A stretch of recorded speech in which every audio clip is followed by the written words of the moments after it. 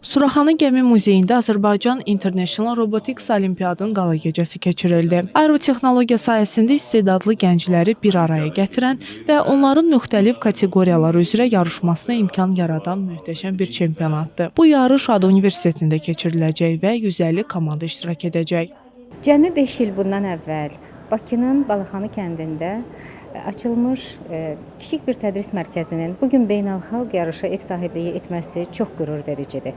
O zaman Bakı Abadlıq Xidməti Balaxanı kəndini abadlaşdırarkən zəkalı, istedadlı uşaqları, gəncləri, yeniyetmələri, gələcəyin dahilərinin istedadlarını üzə çıxarmaq üçün kiçik bir tədris mərkəzi açdı. Azərobot idi bu tədris mərkəzinin adı və bir müddətdən sonra Bakı Abadlıq Xidmətinin abadlaşdırdığı digər kəndlərdə və hətta Qarabağda, Laçında, Xocalıda da Azərobotun filialları açıldı. Məqsəd yalnız dahilərin üzə çıxarılması idi deyək. Azərbaycan International Robotics Olimpiyadının əsas məqsədi Azərbaycanı beynəlxalq arenada layiqincə təmsil etməyə gəncləri formalaşdırmaqdır. 9-11 may ADA Universitetində nəzərdə tutulan tədbir 282 iştirakçı, 48 mentor, 150 komanda ilə baş tutacaq. Yarışmamızın baş hakimləri Yaponiya və Rumıniyadan dəvət olunub.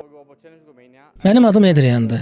Robotik Rumuniyadan gəlmişəm. Mən Robotik Azərbaycan tərəfindən dəvət olunmuşam ki, yarışmaya kömək edim. Bizim 2010-cu ildən bəri Rumuniyada bu cür tədbirlərin keçirilməsi ilə bağlı təcrübəmiz var. İlk dəfədir ki, burada beynəlxalq yarışmaya köməklik göstəririk. Yəni, burada hakimlik edirik ki, yarışma daha da yaxşı keçsin.